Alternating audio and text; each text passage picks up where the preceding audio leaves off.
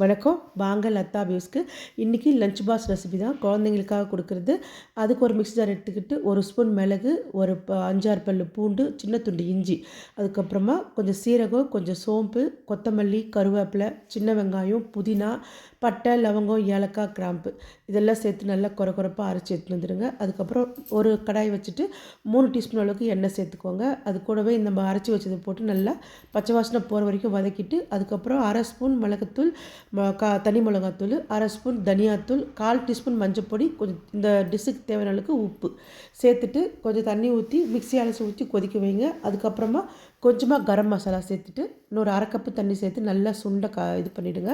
இந்த மாதிரி தண்ணி இல்லாமல் எண்ணெய் பிரிஞ்சு வரணும். இப்போது 2 முட்டை, நான் ஒருத்தர் சாப்பிட்ற அளவுக்கு ரெடி பண்ணியிருக்கேன். 2 முட்டையை உடச்சி ஊற்றிட்டு நல்லா கலந்து விட்டுருங்க. கலந்துட்டு இதில் 1/2 கப்பு சாதத்தை சேர்த்துட்டு நல்லா கலந்து கொடுத்தீங்கன்னா ஒரு பெரிய ஆளே சாப்பிட்லாம். அவ்வளோதான், ரெடி ஆகிடுச்சு.